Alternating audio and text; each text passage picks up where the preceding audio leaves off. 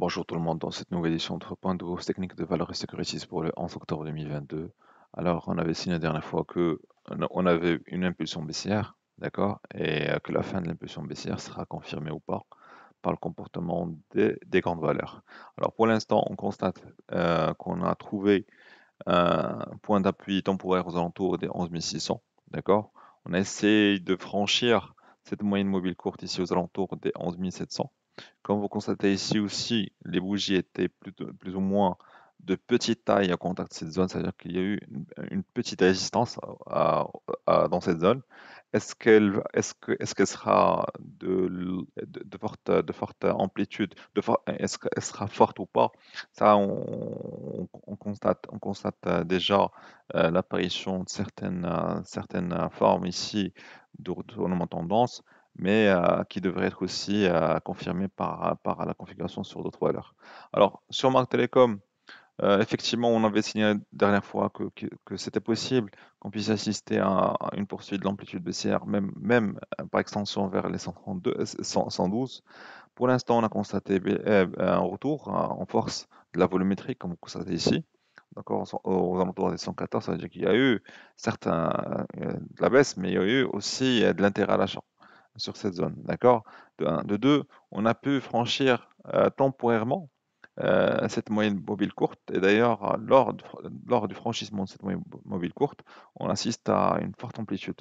Ça veut dire qu'il y a eu une certaine force qui a poussé le titre à rebondir.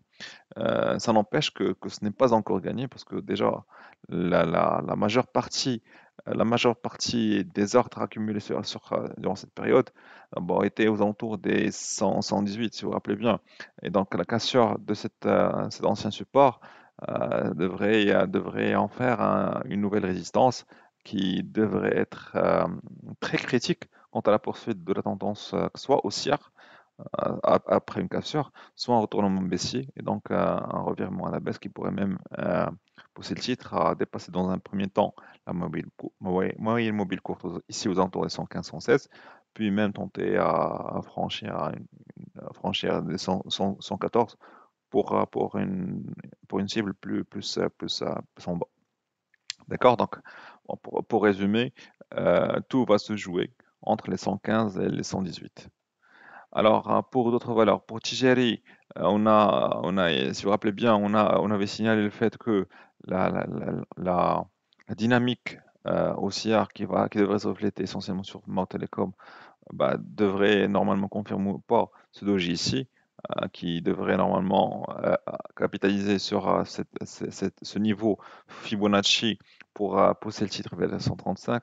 On a assisté effectivement à un petit rebond qui coïncide aussi avec le rebond sur Mao Telecom, mais pour l'instant, on constate qu'on n'a pas pu franchir le niveau des 424, ce qui fait un rebond de faible amplitude. Euh, d'accord.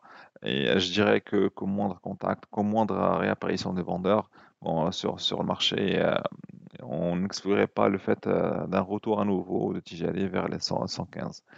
D'accord. Mais bon, il y a aussi un autre élément que j'aimerais souligner, c'est ce gap ici entre les 137 et les 132.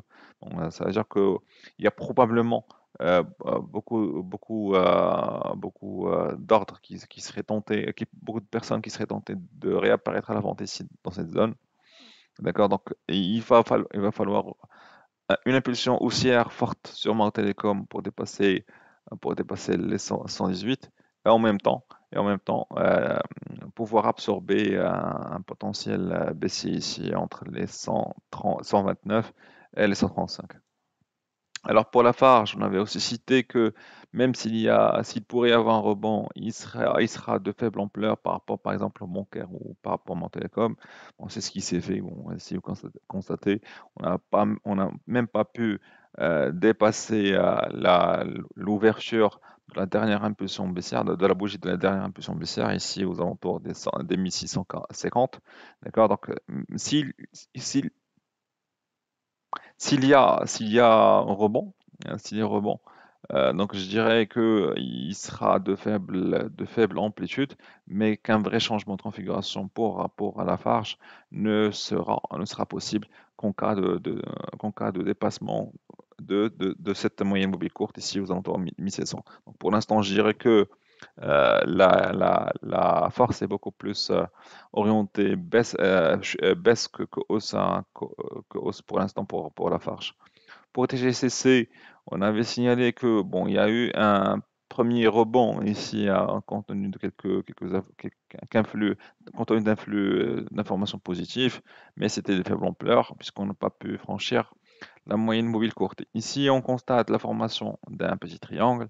D'accord. Bon, j'espère que ça ne va pas sortir par le bas, parce qu'une sortie par le bas signifierait un probable renforcement des ordres à la vente, ce qui serait le titre vers les 125, voire plus. Bon, si jamais on parvient à franchir ici la zone des 135, alors là, bon, c'est là où on pourrait dire que il pourrait y avoir une petite impulsion haussière sur le titre qui pourrait préparer le terrain pour un changement de tendance. Pour Mutant 10, on avait signalé que cette baisse pourrait être une opportunité pour un placement moyen terme sur un Mutant 10. Bon, pour l'instant, le rebond est aussi de faible ampleur. On n'a pas pu franchir cette moyenne mobile courte. D'ailleurs, comme vous regardez ici, cette bougie reflète un rejet de ces niveaux de cotation ici entre les 120 et 125 pour l'instant. D'accord? Donc je dirais que si jamais il y a un rebond sur le marché dynamisé par Mon Télécom, bon, il pourrait y avoir un dépassement 225 qui va libérer le potentiel aussi. Bon, sinon, je dirais qu'on va rester sur une période de flottement en attendant des jours meilleurs. Merci pour votre attention et à la prochaine.